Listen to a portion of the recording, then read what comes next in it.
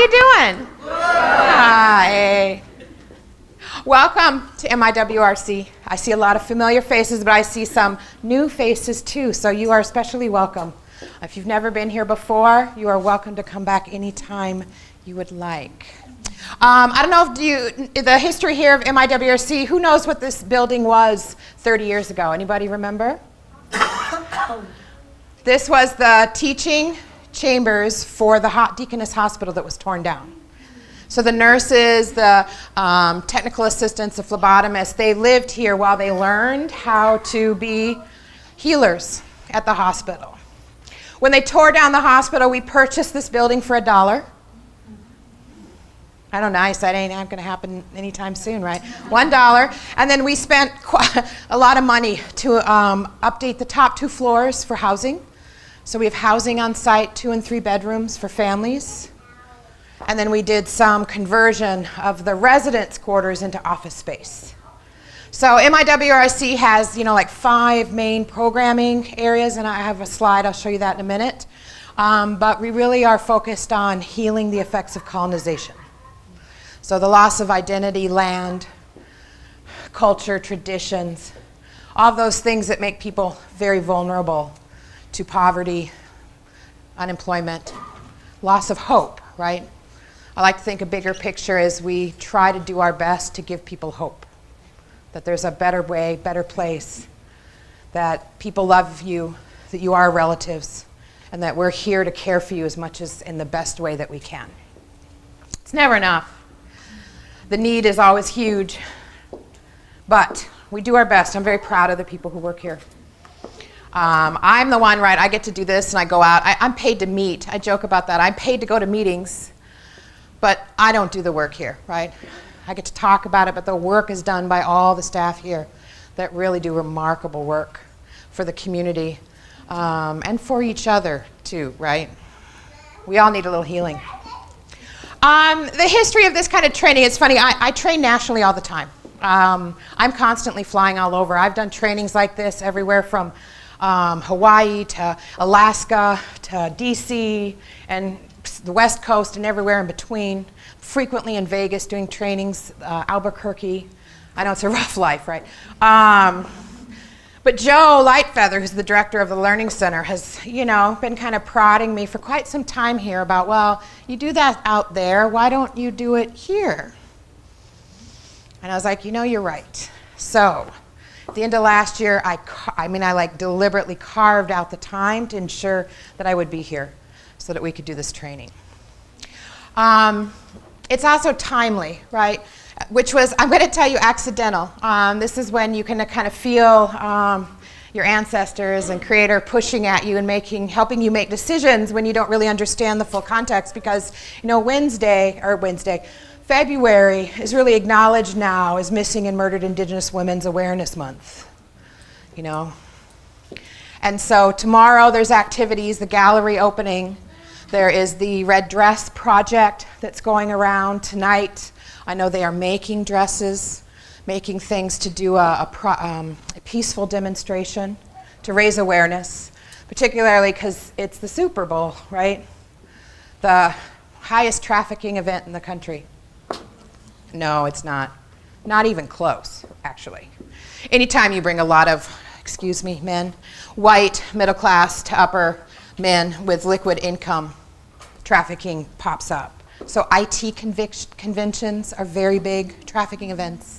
Any kind of sporting event. Hunting here in Minnesota, up north, spikes trafficking. Right? So it's a thing that happens all the time, every day. It's happening right now. Joy, one of my workers here, isn't here because she's right now on Lake Bloomington in the area doing outreach for our relatives that are out there. And I point out that those relatives someone's missing them. So right under our noses right now are missing Indigenous women, men, boys, families, who people are really wanting to know where they are. It's also very timely because tomorrow is the date that the murderer of Savannah Greywind is going to be sentenced. And so there's a lot of activity. There's an event tonight at Fargo, and then there'll be a lot of community support around the family Ashton and the baby and all the extended family who were affected by that really gross crime that occurred. And then unfortunately, too, this last week over in St. Paul, just a few days ago, we lost a relative, too. Someone from the community is who was involved in that shooting at the convenience store. So it's someone who has been involved with some of the program here, going out to ceremonies, drum groups. So that's an individual who is now another murdered Indigenous woman that the community is feeling. So these are very heavy topics, and I'll note there's therapists in the room who are probably here to observe, like, oh, but if you need to, please, take care of yourself. But it should be heavy, right? These are serious, serious things that we deal with that people don't pay attention to. And so when I was looking at all the different trainings that I do, I chose this one. This was most recently done in Idaho at the Idaho Coalition for Battered Women at their national conference. And I did it over 2 hours, but I did what's going to be 4 sessions over 2 hours. So I took sections of it and expanded in a way I wish I could all the time. Though it's going to be a little disruptive, right? So if you're not coming to all of them at the end of this one, you're going to be like, oh, what am I going to do? So please come back to the last one, which is to me the most important, because it's, well, so what does that mean right now? What do we do? What do we do with this information so that we can move forward to a better place for all? So that Minnesota is the number one on all the lists for all of the residents of the state, and not leaving all the people of color and Indigenous behind.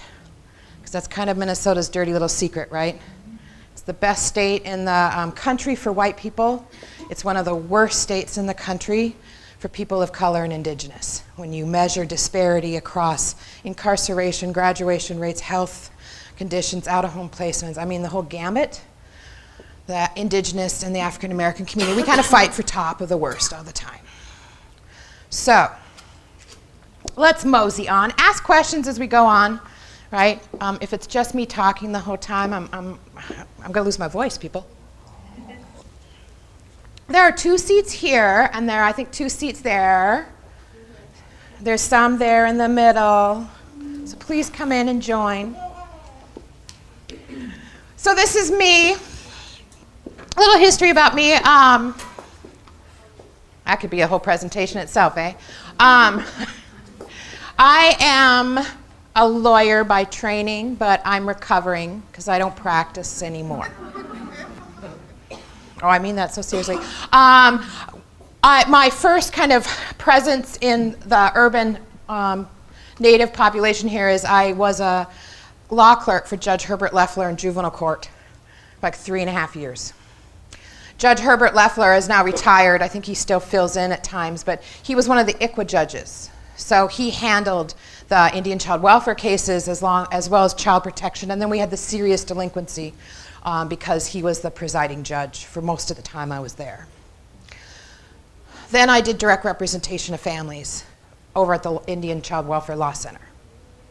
So that's really how I got to know this agency, like personally from my client experiences. I heard about it in court, but I really learned about it from my clients that I was representing, who were going through services here, who were also going through Kateri, right? Who were really in need of those multitude of supportive services so they get their kids back and get the system out of their life.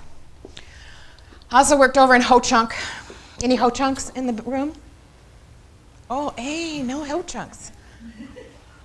Surprises me. All right, love the Ho-Chunks. Worked over in Wisconsin, and I was responsible for the rollout implementation of the Wisconsin Indian Child Welfare Act, which is really where I did all this training experience. Because I trained every county in Wisconsin. I trained the state, I trained private adoption agencies, attorneys, prosecutors, public defenders, judges, the entire gambit about kind of the historical context of ICWA and how to be better. Because their compliance is worse than Minnesota's. Though I'm pleased to say that after all that training and putting the experience of the Native people in Wisconsin into a context, out-of-home placement rates started to drop. Because the gut reaction from social workers wasn't immediately to remove. It was to do a deeper dive into family to see what they could do to help to keep the family together, because they understood why it was so important. And that's also through that experience I really understood and grew to firmly believe that that historical context is vital in any way that you work with a Native community. Whether you are a healthcare provider, whether you're an educator, whether you're a direct service provider of a Native agency or outsiders, that if you don't have that historical context, you're really not following best practices for working with our community. But there's not a lot of opportunities to get that kind of deep dive, right? And unfortunately, current education systems as they are, you're also fighting against a lot of myths, lies, misrepresentations, or just the fact that to learn about Native history, you have to take a special class, even though we're the only original people of this continent, of Turtle Island or the whole land. When I was in law, I know there's other lawyers. Who are my lawyers in the room? Come on. Come on. You might have a JD, right? All right, fine. Law school doesn't teach any of this. You have to take a special class, even though tribal jurisdiction, civil procedure, all that is part of the legal system. Right? So recognizing that, I've taken it kind of a step further, and not only asking about what historical kind of policies and procedures, but what are perceptions? What were the perceptions at the time that really gave us a situation in modern times where it's okay to wear a bikini, a headdress, and war paint, and no one really calls you out until very recently, right? This kind of highly sexualized image of what a Native woman is, when my experience with my relatives and my friends is no one walks around like that, right? Ever. It's always white people honoring culture by appropriating and creating this kind of costume, right? Also, it's important to me because I'm a product of the adoption sweeps of the 70s. So when I was born in 1970, I was taken from my family and raised away from my tribe. So it was less than 10 years ago that I even knew any of this. I didn't even know anything other than I was Sue. That's what the adoption agency would tell people. She's Sue. Right? Now I was fortunate, beyond fortunate, because my family presented as white to the adoption agency. They didn't realize it was actually an Osage family from Oklahoma who had moved north. So I was raised by a Native family. But there's a lot of history even in there around identifying language loss and et cetera. So I basically grew up on a farm in North Dakota until we moved to the big city of Bismarck. But that was culture shock to me at the time, right? But for myself, even personally, to be able to say not just that I'm Sioux, but specifically which area, to not call it Sioux anymore and call it Lakota, has been profound on myself as an individual. So I'm also a living, breathing example of why ICWA is so important and why we have to maintain that law and make it better. Because this knowledge is in my DNA. Until I could connect to that genetic, deep-seated bone memory inside my body, I spent most of my life not knowing who I was and just kind of floundering. And that happens to so many of our youth. And so many of our adults, too, who are returning and trying to come back. So I kind of see the urban community as my peeps. Right? We're a pan-Indian experience of people from all over, but we have a core set of beliefs, understandings, respect most of the time. And I'll tell you a story. When I came back from Wisconsin to be executive director of Division of Indian Work, I got headhunted. Never had that happen before. It's very weird. Was in my first week there, and we had a feast. They were doing a building blessing.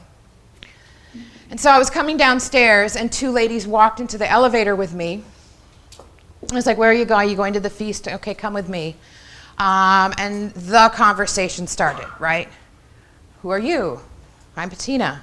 And what's the next thing you know I got asked? Where are you from? Where are you from? At that time, I couldn't specifically even tell you the tribe because I hadn't found them yet. But I gave a little run over of my past. And the two ladies happened to be from Rosebud and Pine Ridge.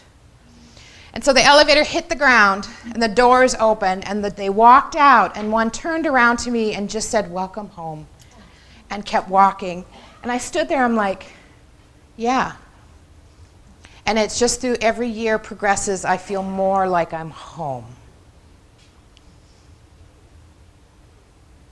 So, that's a little bit of who I am. I'm also married to a cop. Don't hold that against me. He's a good one. 16 years with St. Paul. He's also known as the autism cop. If you've seen any of that, he's responsible for all the training because our kids are on the spectrum.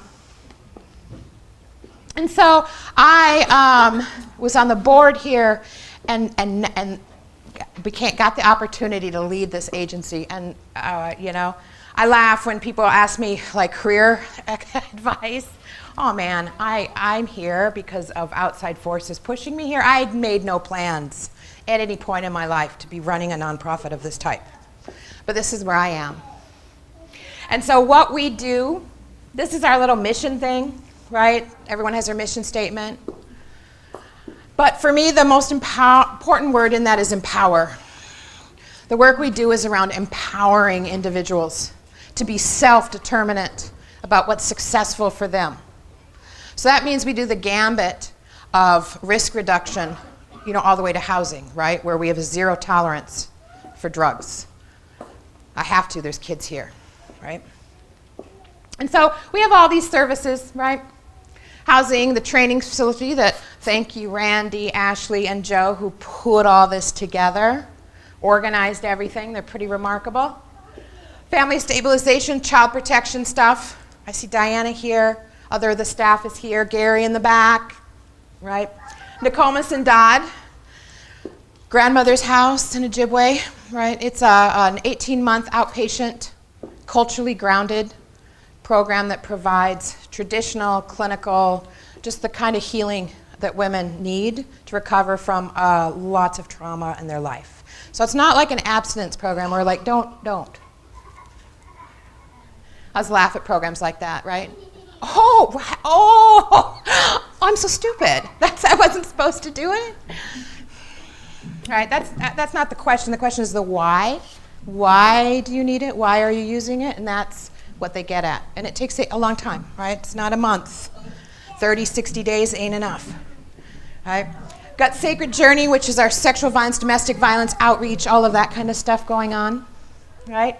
Mental health, we have 3 full-time therapists on site. I see one in the back. Is Chanel here? I don't think so, right? And Carol. And we do everything from play therapy at Bedote to children's therapy on site to family therapy to individual therapy. And the Nokomis and mental health, I need to tell you, we do with partnership with Fond du Lac. So I don't take state funds except for a little minor project. I don't take grant funds for that program to really operate it. I do it through a billing relationship with the tribe under their government-to-government relationship with the federal government. So it's a beautiful, beautiful relationship. And of course, we do mind-body medicine. How many of you know Linda Eagle Speaker?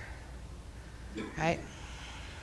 Linda's my agency elder, ceremonial elder in residence, so she's responsible for the well-being of everyone in the building, everyone outside the building, and the building itself. And she also helps me a lot, too. But she's also certified in these mind-body medicine techniques that she has morphed into an indigenized mind-body medicine. She is flying back from Palm Springs right now. I should be on that flight. I had to send Linda because of the Super Bowl, because like I said, my husband's a cop, right?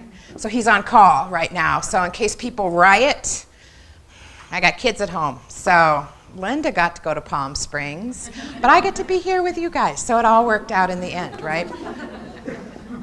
On the coldest day ever. We also do some research, right?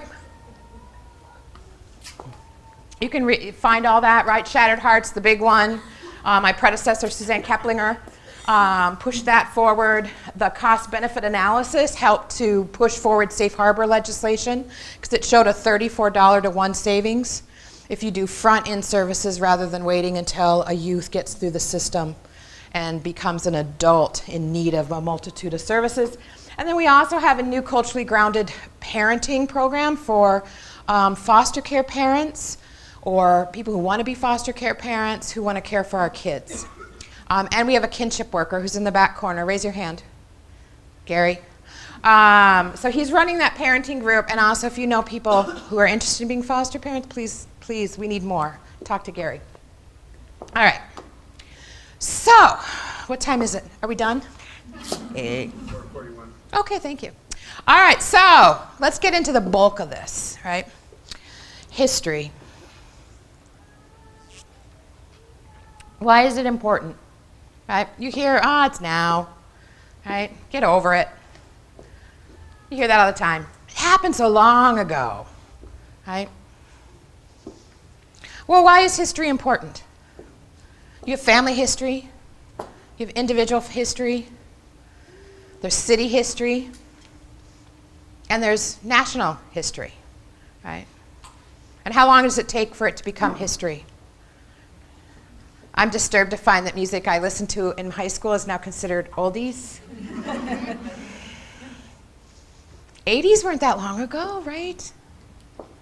But it's absolutely vital because, unfortunately, history, especially for the Native community here, it's not very well known. And so we have a lot of people working with our community that don't have an appreciation of the full history and still continue to work with the families and actually do harm without realizing it.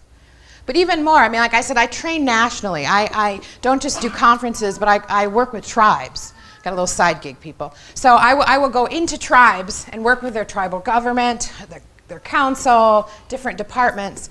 And when we talk about history, I never have had an experience where they knew everything I was talking about.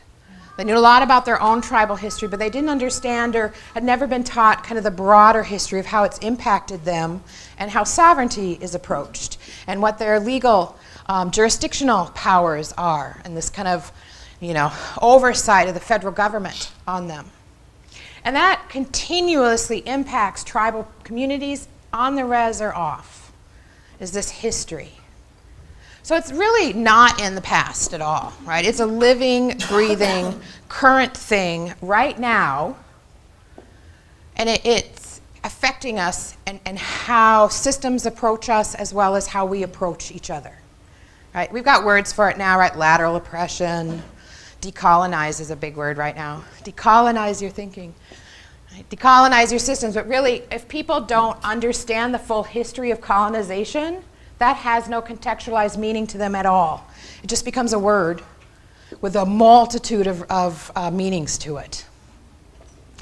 And it's also very important to note that there have been hundreds of years of experience that are living and breathing in us right now and how the systems deal, right?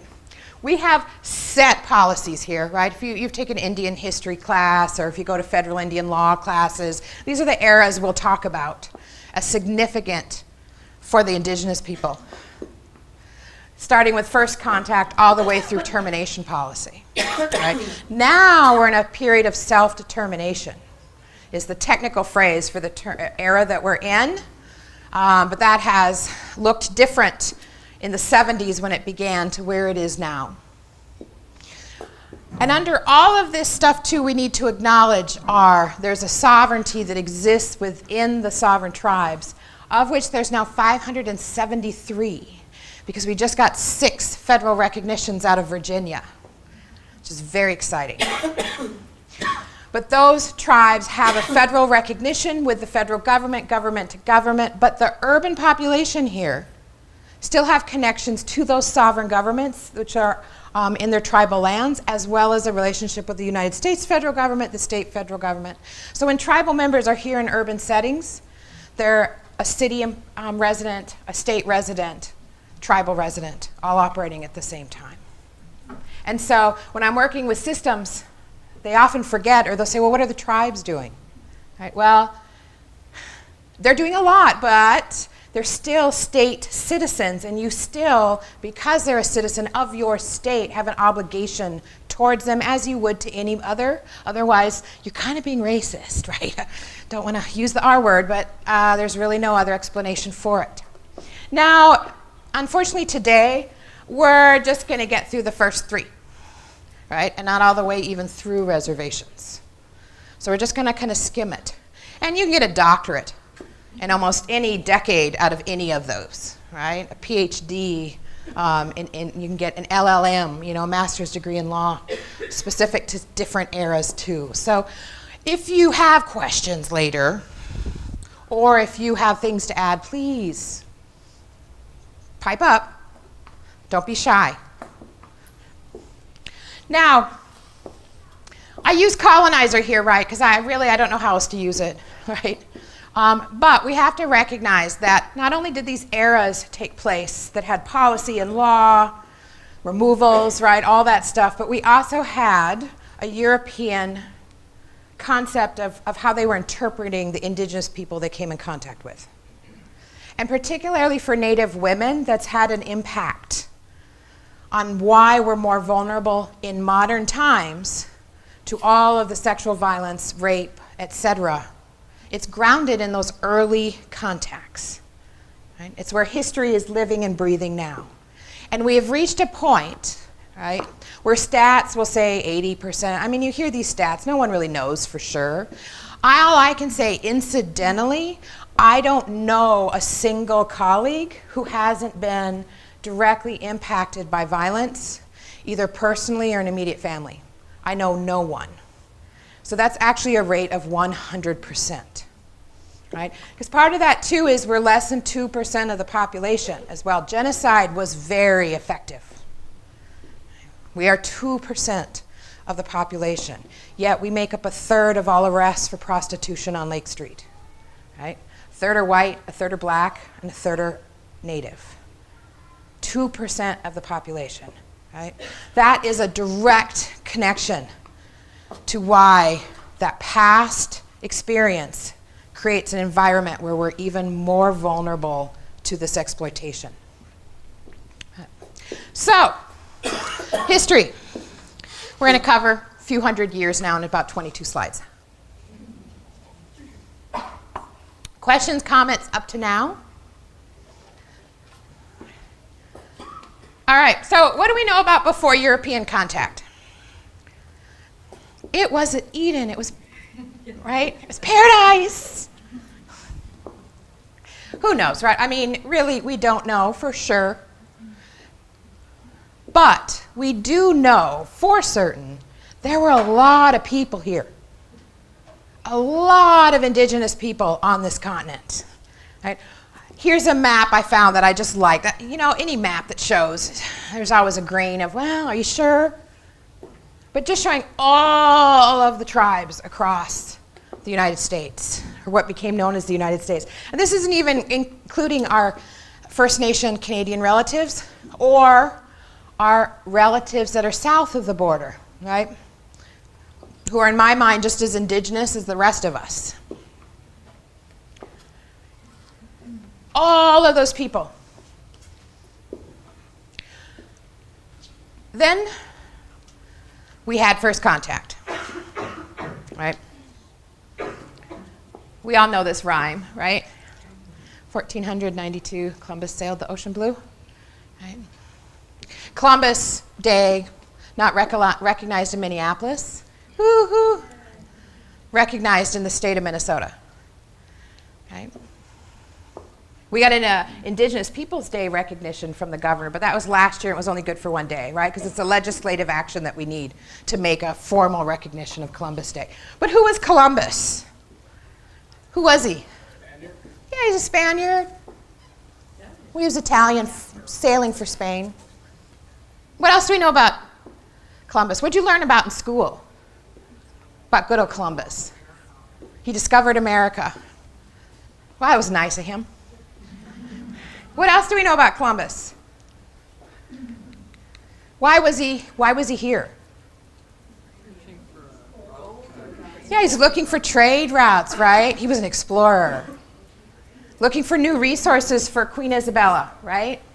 They needed more gold, more wood, more whatever.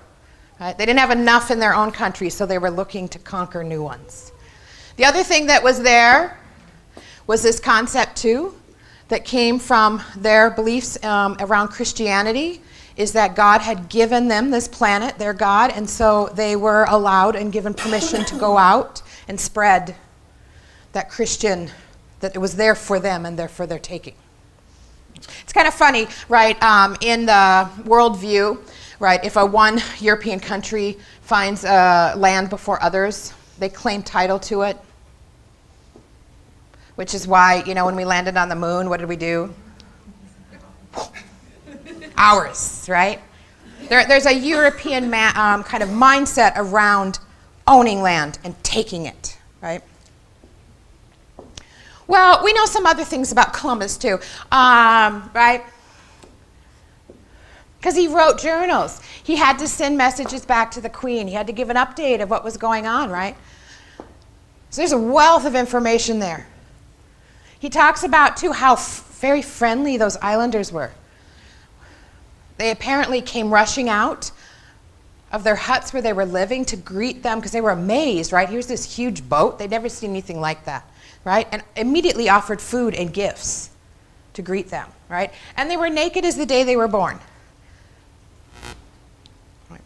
If you read Sarah Deer's book, have anybody read Sarah Deer's book? Oh, you got to read it. Because it makes a very good argument, though we don't know for sure, but from European colonizer writings, rape was foreign among the indigenous communities. It just didn't happen. It was a European kind of mindset that came across, which I will say makes sense, right, ladies? Women are life givers, just like the earth. We are connected strongly to our earth. And if you can claim possession of land, it's not a stretch to think that they also claimed possession of bodies. And there's no more violent way to claim possession than rape. So we know, handsomely made. The other thing that Christopher Columbus noticed is how ignorant they were of violence and how easy it would be to make them slaves. So Christopher Columbus was also the individual who started slave trade with this country. I believe his son sailed the first African-focused slave ship here, and it was because the islanders were of kind of weak stock, right? They were beautiful, and they were kind of gentle, and they were peaceful, and they kept dying so easily, and they felt the Africans were stronger stock. And so that was some of the rationale for switching the slave trade to the Africans rather than keeping with the indigenous. But you note here, right? Fine servants, 50 men, we can subjugate them all. Women 9 and 10 were in demand in Europe, so he also started the first trafficking portals over to Europe. And why I always like this quote is he says we can send here in the name of the Holy Trinity. So they were operating under mindset that what they were doing in their God's name. So they were justified. And this is a pattern you will see across conflicts globally. Is in order to conquer or to take possession of other individuals, to do horrific things to them, you dehumanize them first, and you make them other. And he did that very well. And rape, right off the bat, right? Because the women were around naked and because they were beautiful, they're immediately seen as sexualized beings. And so this is also a letter. Someone was gifted one of the indigenous women.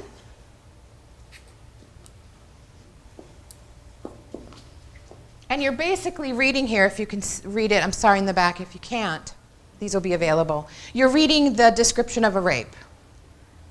But what I want you to note here is even though he says, she didn't agree, she scratched him, and so he took a rope and thrashed her. But at the end, right, they came to such agreement that she was brought up in a school of whores.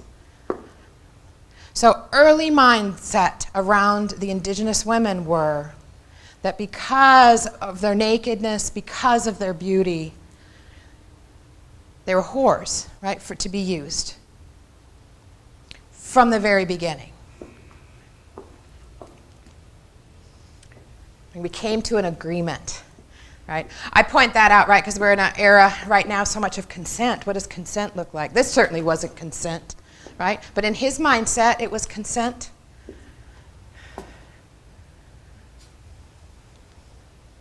And then we have Thanksgiving. I love this one, right? Oh, good old Thanksgiving. So we've jumped ahead a couple hundred years, right? And during that time, we've had disease spread. Smallpox was vicious, fluenza, all of the things we immunize for now had a disastrous impact on all the tribes who had any contact with Europeans. And Thanksgiving, right? I love that picture. My son, when I think he was in the 2nd or 3rd grade, came home from Thanksgiving week at school before the break, and he had a Polaroid, and he was so excited because it was a picture of him with his hand around his best buddy, and he had a little, cardboard, paper mache, whatever, headdress on, and his friend had a little pilgrim hat. And he was really excited because they had celebrated the Thanksgiving dinner in class, and they let him be the Indian. Now, he's the only native. I live out in Wisconsin. He was and is still remaining the only native kid in his class. What do I do with that, right? Other than, I called the school. You know I did. But for him, right, he has this happy memory with his friend. Let's fast forward a little bit now. 5th grade, he's in class, and the teacher is telling the whole story of Thanksgiving, right? This one. All the pilgrims showed up. The tribe took pity on them, helped them learn how to grow food, and they had a big feast at the end, right, in the fall, before the winter set in. Thanksgiving.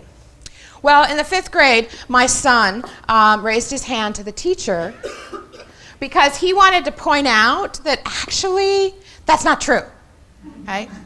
Mindset, right? I told you he's on the spectrum. He has Asperger's, right? I'm going to correct you, right? I know, right? And so he commented on how, actually the pilgrims were thankful for smallpox. They thanked God for it because they thought it was God-given, because it was wiping out mostly children and young people. And he said the first Thanksgiving was actually a few years after the pilgrims landed, when the governor of Massachusetts paid to have mercenaries come and massacre the Pequot tribe during their Green Corn Festival. So the men were called out in the early mornings and were shot or clubbed to death, and then they burned the longhouses to the ground with all the women and children. Over 700 tribal members were murdered that night, and the very next day, the governor of Massachusetts claimed it was the day of Thanksgiving, which Massachusetts celebrated for a subsequent 100 years. That is the first Thanksgiving. My son shared that information, and do you know what the teacher said to him? Thank you, right? No. She said, why would you lie about something like that? Again, I had to call the school. I call the school can't even tell you how many times I call the school a year. But yeah, that was Thanksgiving, right? So a lot of people who have been educated too about these early experiences with the tribes and Europeans also are operating from a false sense of kind of brotherhood and love that just somehow fell apart, I don't know. Where in fact, from the very first stages, there was conflict over differences of opinion of how we viewed things. Right. So if we look in those early times during the colonization era, right, Native women actually had a very active role in their governments, in the tribes. We had roles that we played, I wouldn't say necessarily like everyone was the same and equal, because that's not true, right? But they were respected and held in high regard. They had a high status. They also, in many tribes, were the ones who held and managed all the resources, right? Men were off hunting. Men were off doing stuff. Women were there making things run, right? Taking care of stuff. Whereas men, men, hey. But the other thing that was most shocking to Europeans is they were autonomous in their sexual decisions. So it wasn't about a ownership or a possessive quality. And in fact, there are writings and evidence that sex was used to kind of smooth out trade relationships between tribes with no moral kind of context or judgment against it. right? It's natural. I mean, really, when you think about it, do animals get married and, you know? It's brought in with other kind of social norms, these ideas of morality, and usually, again, back to the Christian-based kind of mindset. And particularly this challenge in the colonial mindset, in a European mindset, right, all property goes through men.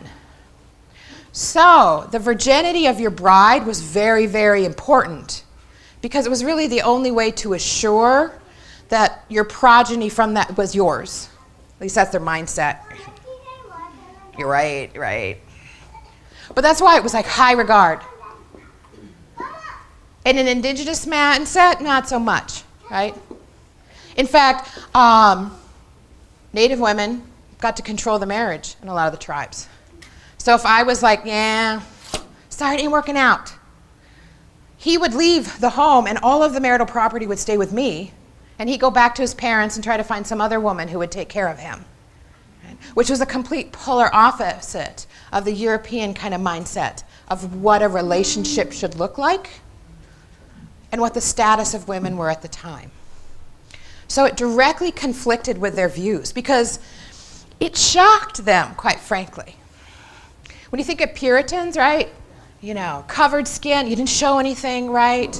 There are some of you not even in the same room with the other sex, right? Women are never unchaperoned. I mean, that's why a lot of pictures you'll see in the late 1800s were so scandalous because it was Native women out by themselves in nature, right? Without a chaperone, which conflicted with kind of moral European views at that time. But it was viewed as uncivilized, right? Like I said, like animals, which takes them from being humans into other, which makes it easier for individuals to do pretty horrific things to other human beings when you make sure you don't see them as another human. So, John Lawson surveyed South Carolina colony. He writes here about, again, tinder composition, destined for the bed, then bondage being slavery, right? And he says here the multiplicity of gallants, right? The number of partners that woman had was shocking that it didn't have any kind of effect on her reputation. My gosh, that's crazy. In fact, he's like the more whorish, the more honorable. I don't know. The mindset he's coming with seems a lot more like warped and crazy than kind of the natural view that the tribes were doing at the time. But hey, you know, I'll accept my bias here in this situation. And so as a result, Native women, highly sexualized beings, no discrimination among partners, right? And so conquest of them, there's no rape involved because, well, the more the merrier, the more power. Right? So it also justified rape for the colonizers at the time. Right? There was no need for consent. Consent was just implied at all times. Right? And so if we kind of shift it to, well, what were women like viewed within the colonial mindset, the Puritan kind of view, right? Number one, inferior to men. Right? If we come from a biblical context, right? We see that in modern times now with some of the far right wing kind of belief system around marriage even, and the role of woman, stay home, right? Take care of the kids. That's grounded all the way back. And it's because women were the source of original sin within this mindset. So we screwed it up from the very beginning, you know, and then we pulled Adam in on it, and now look at where we are, right? And so they were secondary to the male roles in that family. So either the husband, their father, oftentimes their sons, their brothers, If there was a male around, that is who they were subject to. And so they were the nurturers. They stayed home. They took care of the kids, right? They had no property. They had no right to demand a divorce. They were non-legal entities for a very, very long time. We were a null in a European mindset. So you can imagine, I mean, just think for a second, if this is what you grew up with, right? Women stay at home. Women work for, you know, they're there to take care of the men. They're inferior both morally and intelligently. And then you come up against a group of people where women own everything, women are making decisions, women are the people they're being asked to talk to. You can see right away there's going to be a little conflict going on right off the bat. And that's continued, right? Because on the flip side, right, social and economic roles in the tribe, there's no such thing as a patriarchal entitlement. In fact, a lot of tribes are and were matrilineal. Because, let's be honest, if you really want to know if that child is biologically connected to a parent, you go matrilineal. There's no doubt there, right? Patrilineal, yeah, well, I'm just saying, right? Human beings are human beings, right? And that whole sexual autonomy really conflicted with a strong religious mindset of the people coming across.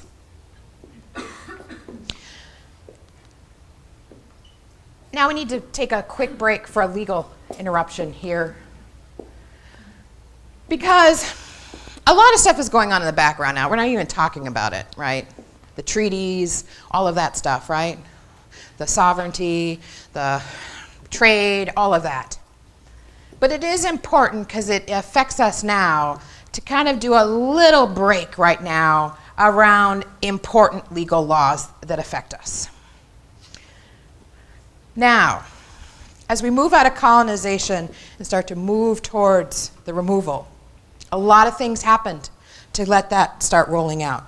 The first thing here is the Trade and Intercourse Acts, where Congress essentially creating a federal presence in tribal communities, because tribes were everywhere, and they didn't want states' rights to break this new union of a consolidated United States apart.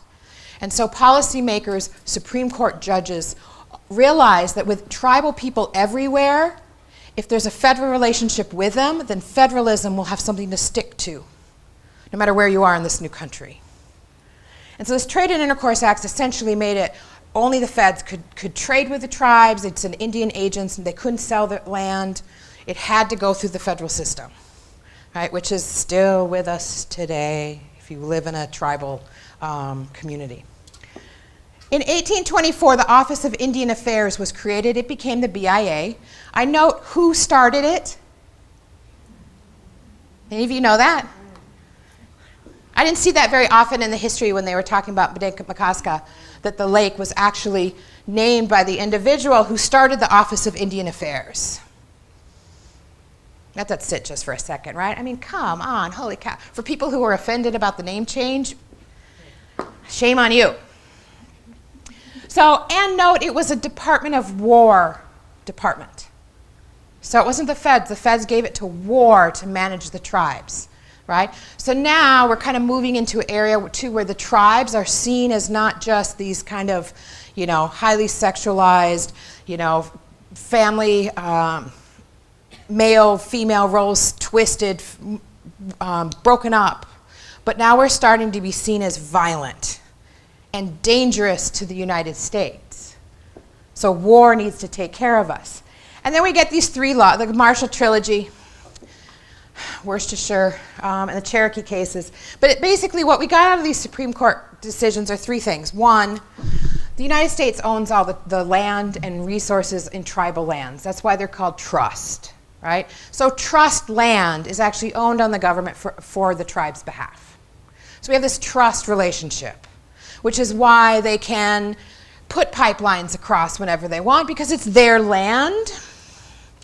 Because this court decided that when the Europeans came here, they claimed title, but all the tribes get are the right to reside. Now in a modern context, if somebody owns title to some property and other people are living there, they have the right to reside. What's that sound like? Yeah, it's a renter, right? Landlord-tenant. And so that decision essentially made a landlord-tenant relationship between the tribes and the federal government. And what do you do when you don't like your tenants? You evict them. And so that gave the legal basis for the Indian Removal Act. Before that, they didn't have legal basis.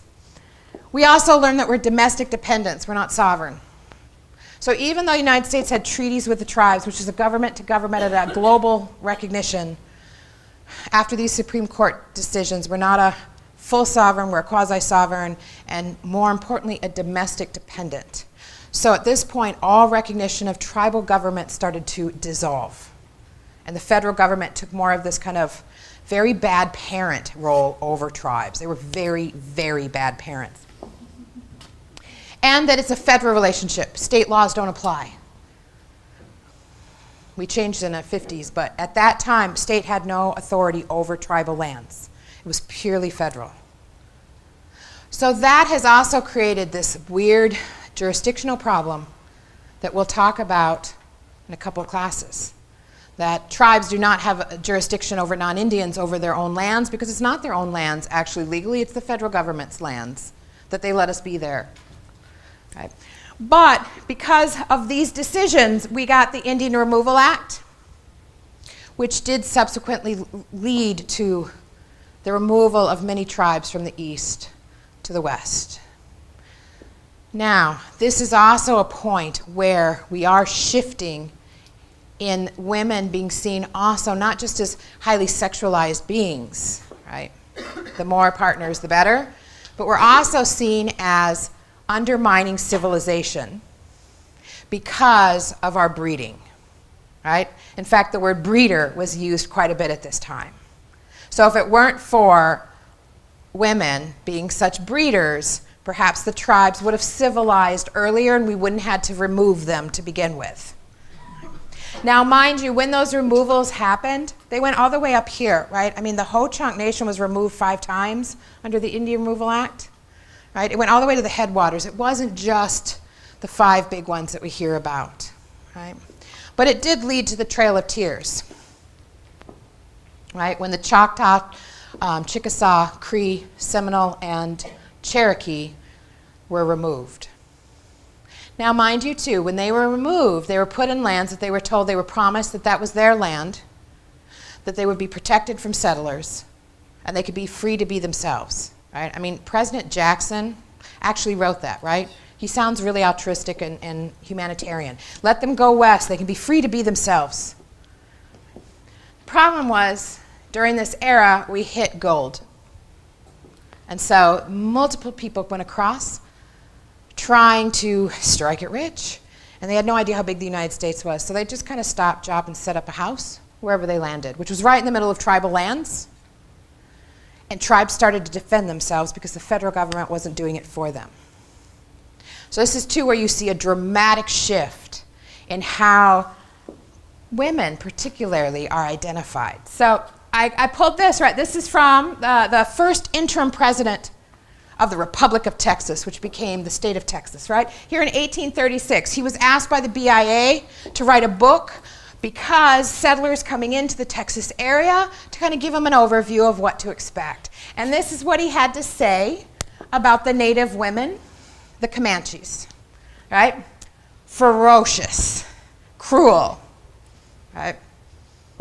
Goes into good detail about how they torture their victims, making him dance and sing, right, while they beat him with sticks. Great diligence and glee. So not only are they vicious, but they take pride in that viciousness. So you also see from an effect of that discussions of, wow, the savages, we got to do something to protect the rest of the country. And the War Department is the one who's doing it, right? So we've gone from a highly sexualized area to now violent. And we move forward a little bit, right? This is why, okay, good. So we get into reservations here. Now what happened, like I said, the gold rush occurred. Tribes started fighting back. Because I tell you, right, I mean, I live in Wisconsin. There's a multitude of reasons why I live out in the country. Number one, the schools are great for my kids. I'm also too far away for people to call me, right, unless it's really bad, right? That's for my staff. I lived there before I worked here. But anyway, I lost my train of thought. That happens at the end of the day. Don't you hate that? Anyway, so I live over there, right? And I come back into town, I cross the river. I actually do a cleansing ceremony when I go home. But anyway, when I'm in Wisconsin, right, the tribes there are in reservations, not really, a few of them are, right? And some of them are from the east. Same here, right? Anybody know the Stockbridge-Muncie Band of Mohicans in Wisconsin? Right? It's actually 3 to 5 different historic tribes being shoved into one area, into these reservations, right? And the mindset was, of course, with all these fights, all this, viciousness, if we create a space where the Indians stay, then the settlers know where to avoid, and the Indians know where to stay, and problem solved, right? Because, they were defending themselves. Oh, now I know what I was going to tell you. Did you notice that? I had no idea. I was like on a train. My backyard's pretty big. In fact, it's bigger than my city lot was when I lived in St. Paul, which is a pain to mow. But if someone started to build a house in my backyard and say to me, well, you're not using this space, right? And you're not using it right anyway. This is my space, right? I can shoot them and kill them, right? Every state in this country, defense of land, property, and self are an absolute defense to murder. That's essentially what the tribes are doing when the settlers were encroaching. But it became a huge Indian problem because, of course, the settlers had to move over and they were operating under this manifest destiny kind of mindset that just like the early Europeans, this land had been given to them by their God, and so they were only serving God's will by spreading out. Okay. This is when you hear a lot of the stories of vicious attacks. Have anybody seen the new Western that's out right now? You have? Because that's kind of talking about, right, these ideas that Indians were coming and attacking the settlers, massacring them. And that happened. I'm not saying it didn't. But those settlers were living in land that wasn't their own either. So Congress decides to just put people into reservations. And again, they're going to have to create an environment so that no matter how horrific these reservation kind of treatments are, dominant society now at this point is going to be okay with it. So when you start looking at kind of government correspondence, documents, news reports, all of these things, they will describe the Native people as dangerous and uncivilizing, or the women, right? Because we're so savage. But I'll freely admit that, right? I mean, women, come on, how many of you are parents? You come after my kids, I'm killing you. I'm not kidding, right? I mean, I will defend my children to my last breathing breath. Well, for the Native women who were doing that at the time, dangerous, uncivilizing influences, right? But the other thing this did is, when you heard horrific reports coming out of the plains and other areas where the cavalry were coming in and essentially massacring entire tribal communities, no one was upset about it. Even when they saw the pictures, it was like, oh, well, again, they're not human anyway. They're savages. They're other. They're preventing civilization, and they're dangerous. So there was no outrage. It's very easy to pull up, old newspapers. The guy who wrote Wizard of Oz, right? What's his name? Come on, someone help me. Frank Baum, right? Also did a whole series of letters to the editor of the Rapid City newspaper calling for the outright genocide of all of the Dakota, Lakota, Cheyenne, all of the tribal people that were essentially in his way. Right? And it was published, right? I mean, think about that. What if someone wrote, well, I don't know in this days, huh? But yeah, if you send a letter to the editor calling for the outright massacre of all of the Somali community as a result of vicious stories that aren't true about a mindset that they're all terrorists, right? People would be up and on. There'd be a few crazy people who'd be like, yeah, but they're crazy, right? We all recognize that that's craziness, right? But at this time, the crazy was the dominant worldview towards the tribal people. And this was a really dangerous time for tribal people, right? This is where we get the phrases like off the res, right? You hear that. Oh, he's off the res. She's off the res. We shouldn't go off the res on this, right? Usually meaning going away from the norm, or I mean, it's gotten this kind of popular culture meaning. Who knows? What did that mean in this era? What did it mean if someone was found off the res at this time in the 1860s and 70s and 80s? That was a capital crime. Yeah, it makes you kind of think about, ooh, don't use that phrase, right? I just heard it again on the news not that long ago. Right? This is also the time where we get Wounded Knee Massacre, Sand Creek, Greasy Grass, right, or Bighorn, right? There was intense military presence that was justified through these kind of public opinions around how savage women and men and the children were dehumanized. And it goes even further, right? The U.S. Army went so far as to take like souvenirs from their crimes, which was scalps, body parts, and particularly for women, genital mutilation. And they would take these female parts and hang them on their saddles as a badge of honor of the number of women they had killed, right? Because women were dangerous and uncivilizing. Those who participated in many massacres received awards, came back to heroes' welcomes. And when you think about it, I know 1860 seems like a long time ago, but in the scope of the entire earth and even of this country, that's not that long ago. It really isn't.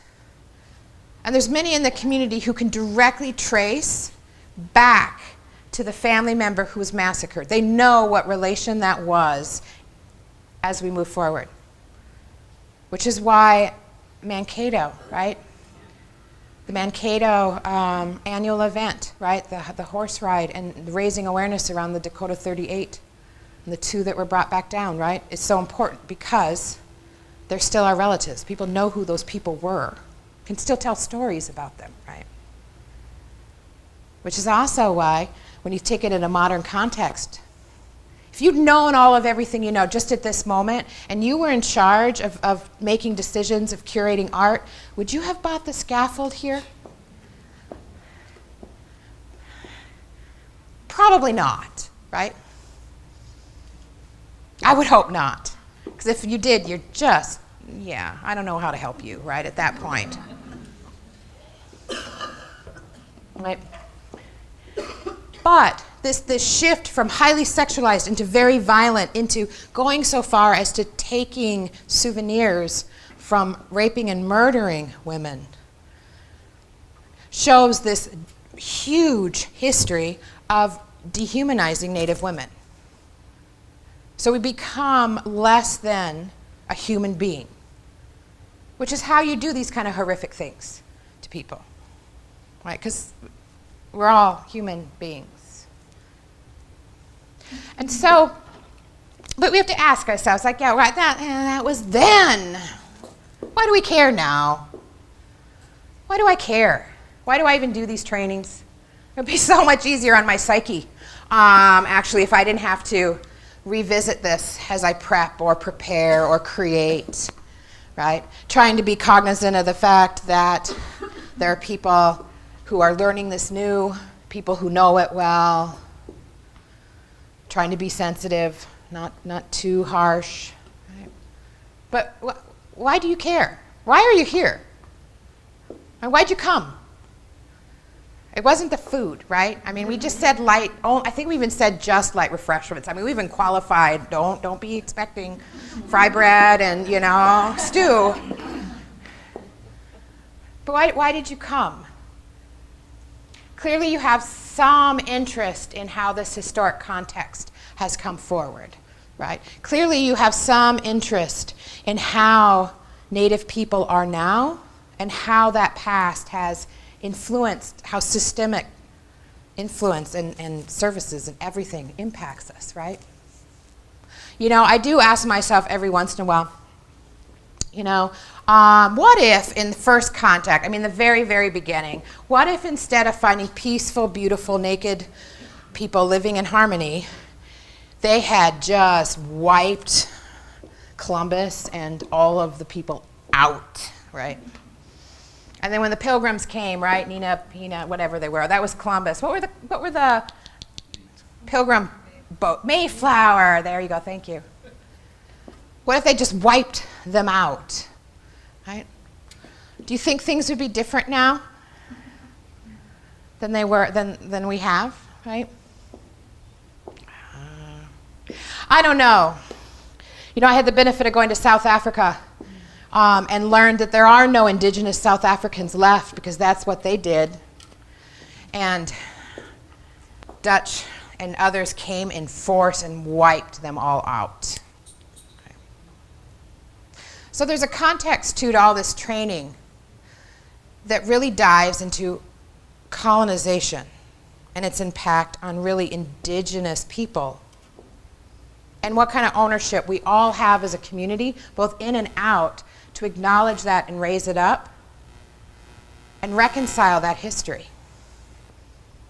Because really, why we should care now is because it's affecting us now, right? Ask any tribe, go on any tribal community at all, and you ask them about their relationship with the federal government and how well that government is upholding their treaty. Every single one has been violated. You go up to a reservation and here in the urban and you ask the community, hey, how's it going, right? Well, let me tell you how it's going. We have a heroin epidemic. We have huge rates of sexual violence, domestic violence, just violence. And because of all these generations of it happening, right, it's normalized in many of our communities, right? It's not even an if, it's a when. Not if it's going to happen, but when. And that's just the current state of being, right? And so if you ask, you know, people are like, well, you wanted me to give your land back? I got into an argument with someone about that. Well, yes, as a matter of fact, but no. No, right? That would be impossible, right? Where would we put everybody? And that's also contrary to many of the indigenous kind of views anyway, of making relatives, right? Many of the tribes welcomed freed slaves, runaway slaves, right? So now we have black Indians. It's very hard. Oh, you all heard that, right? I'm just telling you, there's a spirit that hovers around there. I haven't felt him, but got a little heavy there, right? Thanks. But yeah, that is a breathing, living experience for us right now. And I haven't even gotten into some of the eras, right? I haven't even gotten there yet. We're not even in the modern context. This is just, you know, up to the late 1800s. Man, we still got to cover allotment. We got to cover termination. We got to cover self-determination. We got to kind of the civil rights, right? There's still a lot, the child protection and removals. But if you take nothing out of this kind of discussion that we've had here, or my spewing words at you because that's how it's been, right? Take and recognize that I have barely covered this. I mean, I've just touched into it. There's so much more in everything I talked about today that you can learn from. You just have to be willing. And I'm telling you, in today's society, there is absolutely no excuse at all not to know, right? Number one, you could come here, like we got a library upstairs. No one checks out books anymore, right? Because everyone does it online or on their phone, right? Come and read some books. Google that shit. Okay? But I go into work groups often, and at some point, and my staff who experience me when I come back to the office after these work groups have lived this, is it's deeply distressing and upsetting to me that I can be in a group of very well-meaning people who've never taken the time to learn this stuff, but yet they want to rescue me and my family and my community. They have great ideas on what we need, but they don't even know who we are. And you can't know who we are until you know where we've been and where we've come and that we're still here. damn it. Right. Or my favorite is, hey, can you come give a talk and do the whole history stuff and kind of a current status of how it is in modern times? And, it's about 20, 30 minutes, okay? Sure. Yes, ma'am. I guess one of the things that I think about, like, when I think about the colonization, I already know that I'm going to be upset, by whatever I hear.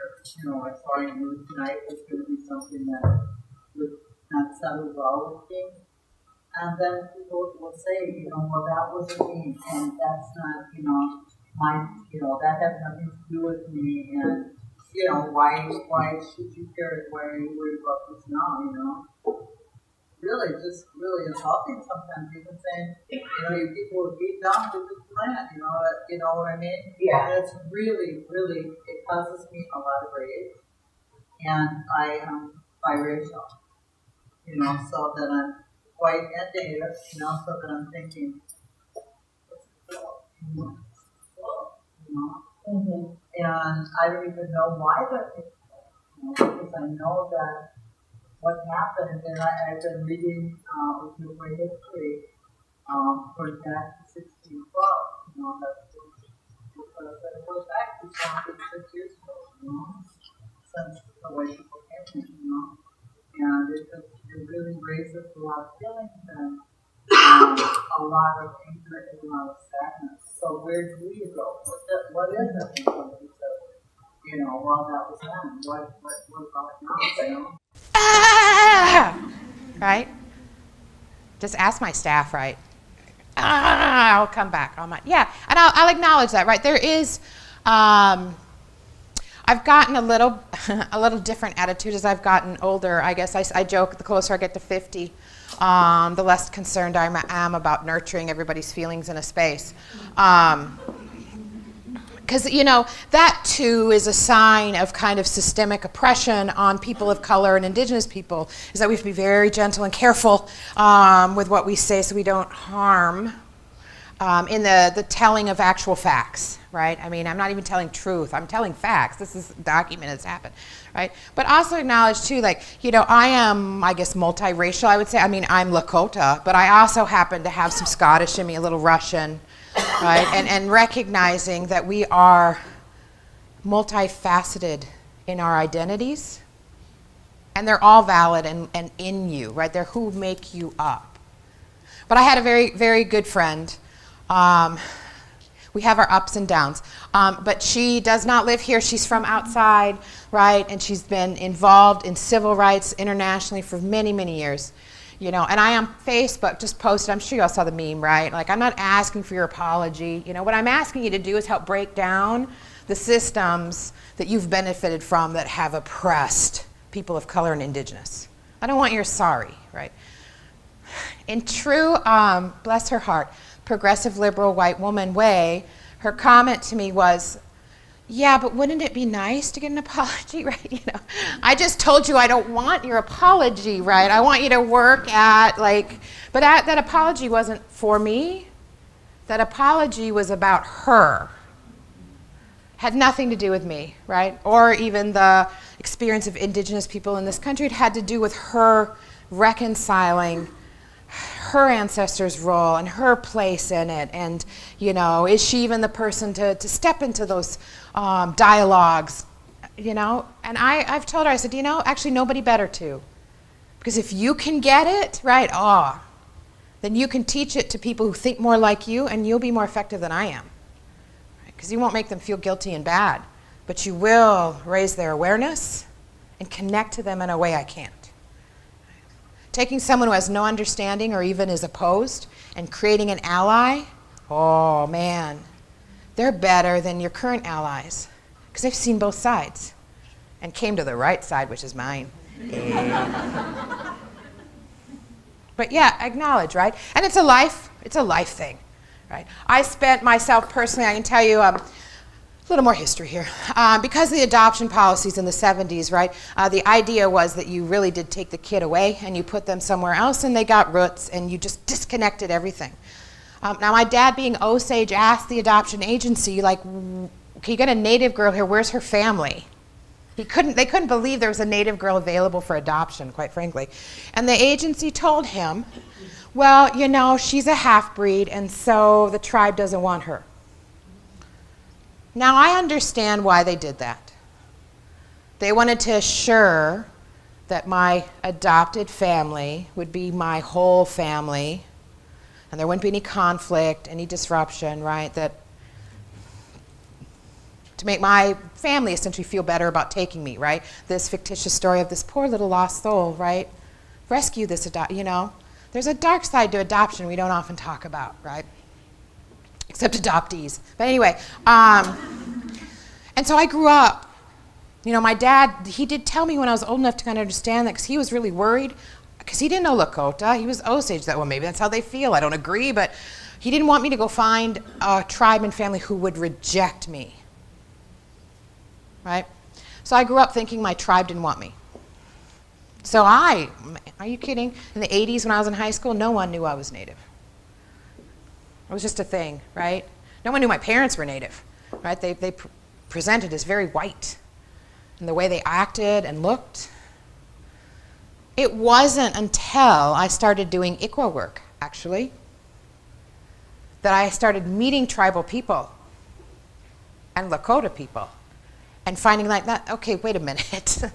That's contrary to everything. That's contrary to everything I'm meeting and seeing. And so when I found my grandma, who passed 2 years ago, she wanted me desperately, right? And she was 40 years old. She was in good health. She could have easily have taken me. But it was my dad who was her child. And my mother's parents were not happy she got knocked up by an Indian. So she got taken away to a home for unwed mothers. It's funny, I don't know if any of you know Eileen Briggs. She's also from Cheyenne River. She's at Bush Foundation. We were talking, and we realized that my mother and one of her good friends' mothers were at the agency, at that unwed mom's home at the same time, because I was born in April and her friend was born in March, right? So our birth mothers from the same part of South Dakota were up in Fargo to give their babies up, right? That woman also subsequently came back, right? We always do. I mean, we always come back. We'll figure out how to get back. Right? But that was people in my best interests, right? With no understanding of the history other than Indians are bad, this family is better, she'll have a good life if she's with them. Which is a form of assimilation that we'll talk about, really began in the next era, which we'll talk about the next session, if you're here. Oh, uh-oh. Do you need some water? I got a pregnant staff member in the back. We're going to keep an eye on her. It's late in the day. Do you need some food? She's baby making. That's hard. Here's a quick question. How was organized religion used? You know, we alluded a little bit with that Columbus call, but maybe comment a little. The question is, yeah, how does organized religion, how's that played a role? Ooh, man, that's a dissertation. And I want to freely admit right now any bias that may come up. I do not identify as Christian anymore. I was raised Christian. I have not. It doesn't sit with me well. So recognize that as I say this, right? There's some really great tenets in it, but it just doesn't sit well on my skin. Because of... I mean, from one perspective, I'll just be blunt here, that other people have written this, right? That there is an argument that rather than Christianity spreading civilization across the global world, that actually Christianity killed civilization as it moved across the globe. In that, the narrow mindset of female-male roles, the original sin, kind of the tenets that are in Christianity, came into such conflict with indigenous kind of beliefs, particularly for those who really feel strongly that God gave them this earth, not as a steward or as someone to care for, but literally as here, Here's for you. Use it however you want. And so Christianizing Native people started even before the United States existed. There were boarding schools before the United States. There were missionaries before the United States. Right? There's been a presence, and when we get to the boarding schools of the late 18 into the 19, I mean, you can track the boarding schools, who ran them by what's the predominant religion in those tribal communities, right? Whether it was Catholic or Episcopalian or Lutheran, you can see it. It's breathing. But on the flip side, there are a lot of deeply devout, wonderful Native people who identify as Christian, too, who have found strength in that. The greater power, the story of Jesus is a beautiful one, right? I mean, it really is a beautiful story. And so there's a tension there, too, that exists just naturally in that as a church, as a religion, if you don't reconcile with your history of indigenous people globally, are you really following the tenets of your faith, too? And I'll just tell you those stories very, Standing Rock, right? Little thing that happened last year, right? A friend of mine was on a plane. He was talking about realizing that he was sitting next to this very well-dressed woman coming from Bismarck or going to Bismarck. I don't know. It's the only way to fly into North Dakota, right? And they got to talking, and he's a big Native guy, and he realized she was the wife of one of the, oil company execs. Awkward, right? But no, he said, a very, very respectful conversation amongst themselves because he realized early on he couldn't argue with her. He wouldn't convince her. But she truly, in her mindset, from a deeply devout, religious perspective of God giving this land to Christians, believed that oil will never run out because we need it and it was given to us by God. I mean, and that's just how she felt, right? And it's hard to argue. Like when someone's like, the sky is purple. It's purple. Okay, right? Sometimes you have to choose your battles, right? You can live in a world where the sky is purple. Good for you, right? But some churches have made great leaps around that, right? I mean, churches were leaving some of the dialogue around Lake Calhoun and changing it to its proper name, right? And getting rid of that individual, his connection. More needs to be done.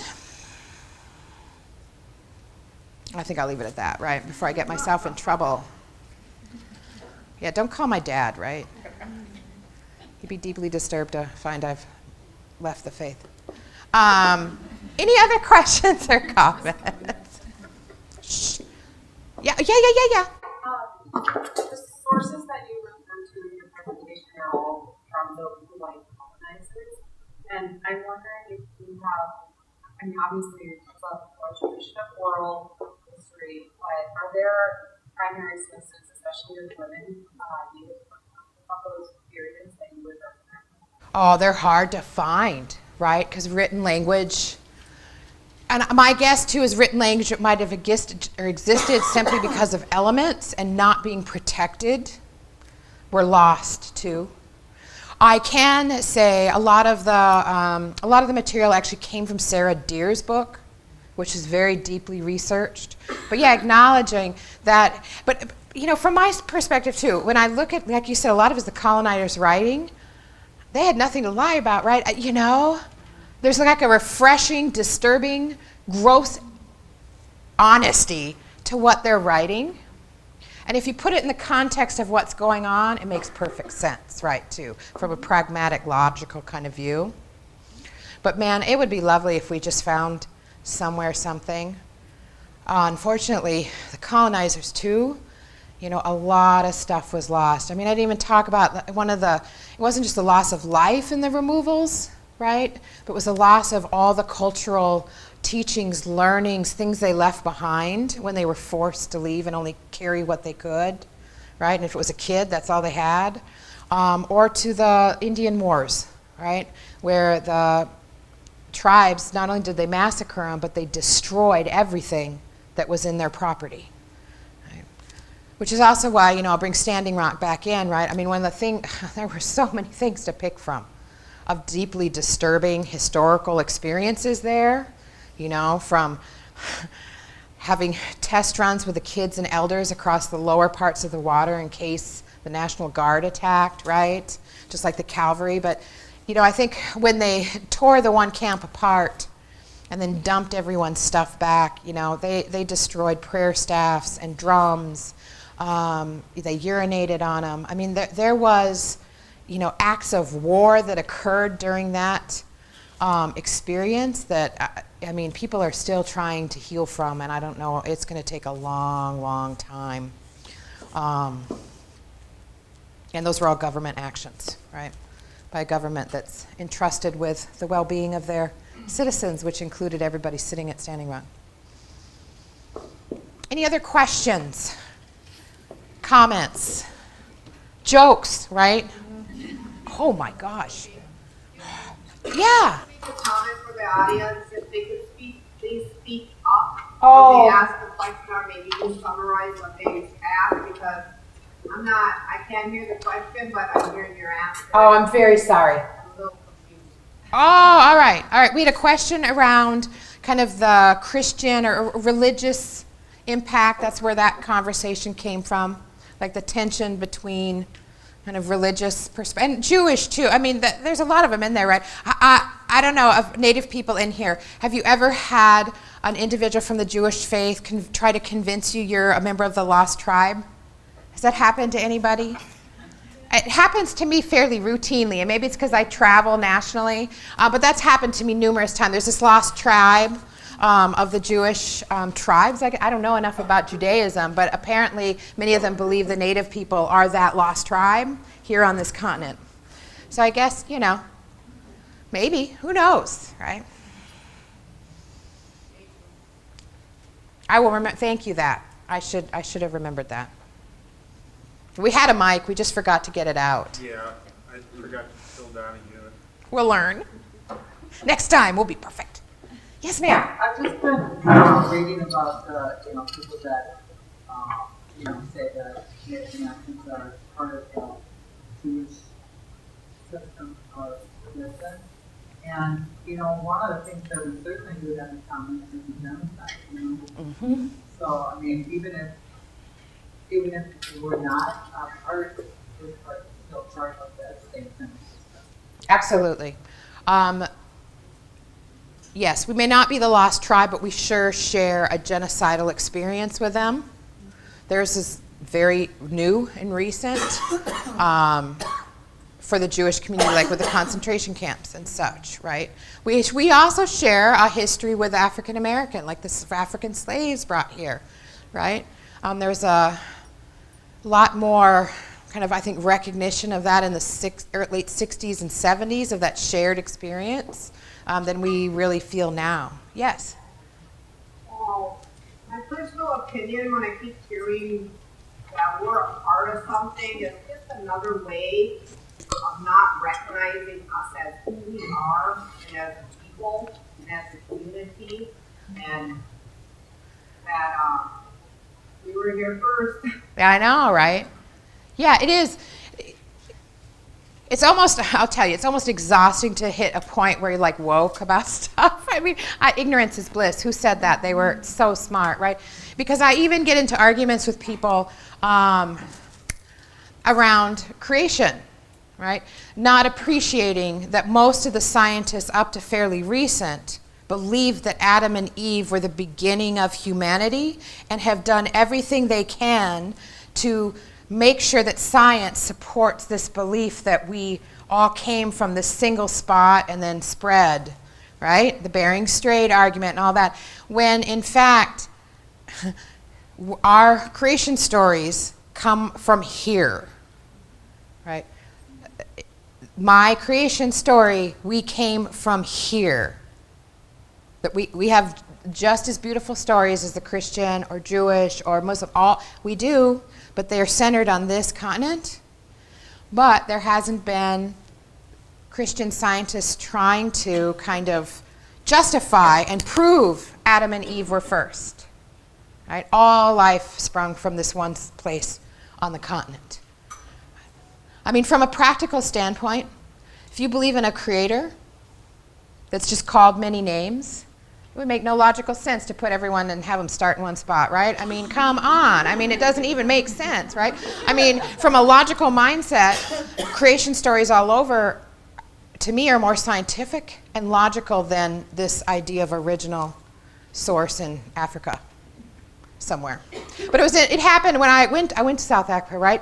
And throughout the entire, for 2 weeks, it hit on the second to the last day when I finally just couldn't take it anymore, because everyone kept saying, it's back on the motherland, like we're back on our motherland, right? Both white and African American and other non-Indigenous people. Oh, how it feels to be back on the motherland.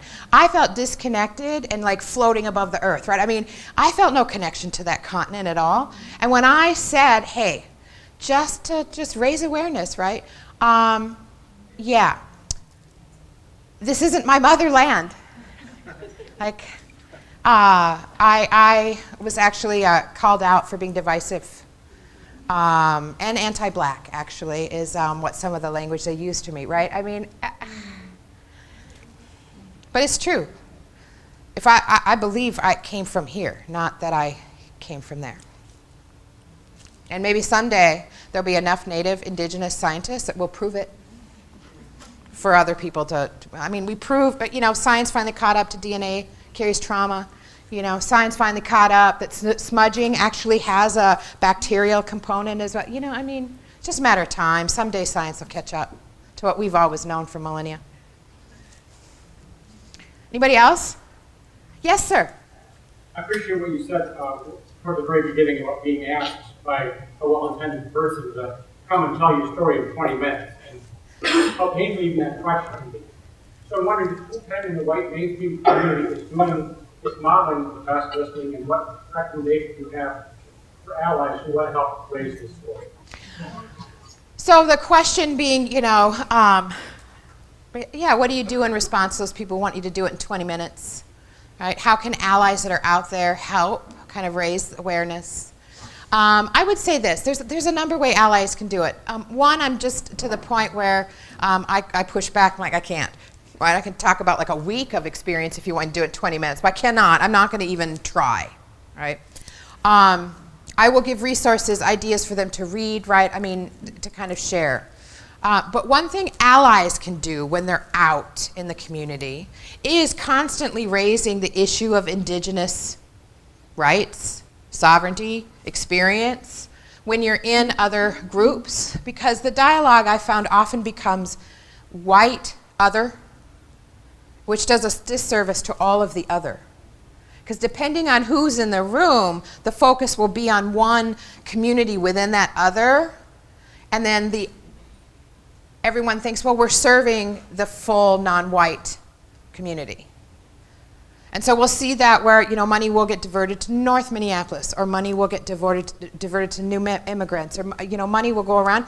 When it comes down to genocide has been so successful that we only have 2%, less than 2% of the population. We don't have a political voice, right?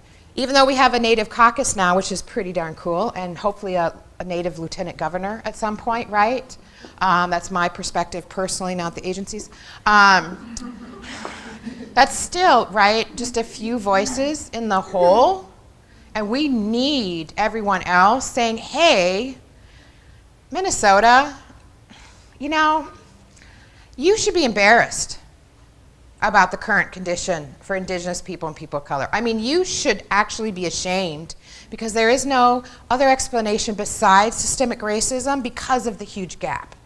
When you try to put in other conditions, other things, when you do statistical analysis, the only thing that's left is racist policies that are occurring that are having disparate effect.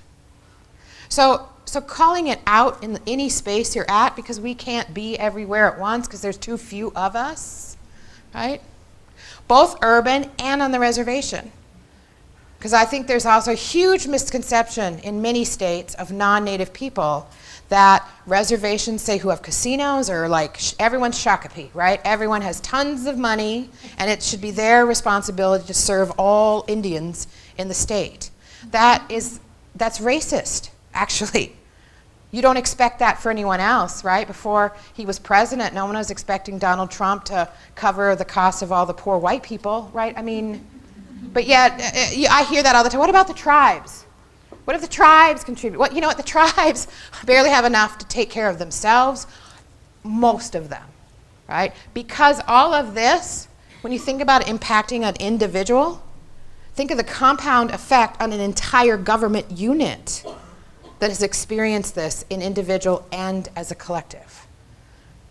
So tribes, they're doing a lot of remarkable work, but they certainly can't handle everyone nationwide, right? But I'll go back to what I said earlier. If I lived in Minnesota, let's pretend I do, right? You know, I may be an enrolled member of another tribe somewhere else. I'm a citizen of the state, and therefore the state has a responsibility to me as a citizen, regardless of my identity with some tribal entity. And when they're not doing their job, recognizing that and trying to kind of divert it, well, you know, we've had conversations, yeah, no. They're not serving their population. They're picking and choosing who they serve. And here's kind of the deep irony, right? We're only 2% of the population. The amount of investment in our community that would have an enormous impact is relatively small when you compare it to other communities who are suffering with this too, these kind of effects, where their numbers are much larger. It's going to cost more, right? So really, it's not a resource issue, it's a priority issue, and oftentimes Native people don't even hit radar, right? Another thing I would urge you to do is if you read a report in the news and they talk about all these different racial qualities and there's nothing in there about tribes or tribal people, call that newspaper, call that radio and say, what about the indigenous people? You'll often hear, well, they're statistically irrelevant, right? Oh, well, yeah, because genocide was effective, but what about Native people, right? You can do statistical assessments as far as disparity and impact in the community, right? I mean, Native kids, everyone else went up, poverty improved, we dropped. That wasn't even in the news. It wasn't even in the statistics. They deliberately, in my mind, left it out. It wasn't until community pushed back, like, oh, okay, yeah, you're right. When we just look at the Native population, child poverty rose. But everyone else dropped, right? I mean, there's even, unfortunately, a picking and choosing of the information that's shared about the community that doesn't give a full picture for everyone else to know how things really are. I mean, the opioid crisis, I'm really glad we're talking about it nationally. That's awesome. My community has been dying for years, and no one's cared. No one has, other than, oh, that's horrible, I don't know what to do, right? Well, yeah, you don't know what to do, right? I get it.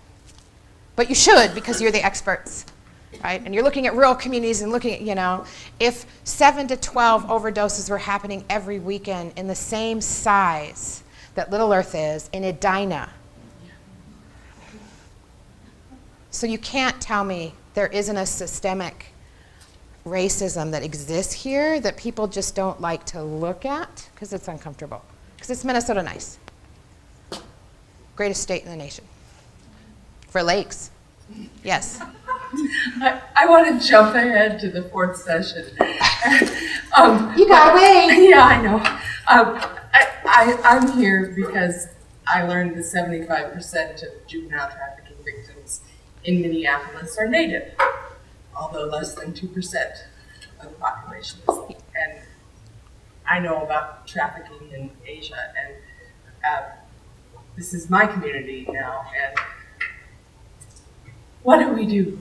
Yeah, she's pointing out the statistic, you know, that Minneapolis police pointed out that in their juvenile sex trafficking cases, 75% of them are Native girls. And that's from a couple years ago, actually, from 2000, yeah. And actually, incidentally, Grant Snyder says that's still true, even through 2016. And just look at the rates of arrests along Lake Street, right? 2% of the population, but 30% of all the arrests. I mean, think about that for a second, right? I mean, that's insane. Yeah. It is 6 o'clock. If you need to go, just get up. It's good. I won't be hurt. I understand you have families, food, dogs to walk, etc. And thank you if you leave. I hope I see you back. But back to that, what do we do, right? More of these kind of trainings at a high level of government would be beneficial for people who are actually making the decisions to be forced to have kind of a reckoning of the historical context of the problem they're trying to solve. You know, I was in a meeting not that long. Thank you. Have a good night, everybody. I was in a meeting not too long ago, and an assistant commissioner, high up, we were talking about healthy births, what could really have an impact on Native, African American, new immigrants, those communities really suffering and having outcomes that aren't good. And this individual, with all sincerity said, well, this is why parental leave is so important that we get passed. Right? We have to ensure that they have jobs when they get back so they can focus on the baby. I'm like, well, okay, yes, but around 29% of Native people who could work in the state are working. So our unemployment rate is, hovering around 70%. So actually, there's no parental, it won't have any effect on us at all, right? Not a bad policy, but recognize that when you do that, it will have no impact on the most vulnerable community. But, and I don't blame this individual at all. Doesn't know better. Really doesn't know better.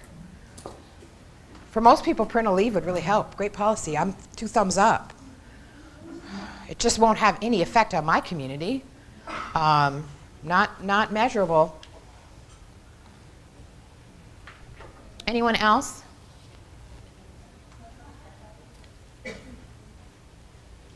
Well, thank you. Have a good night.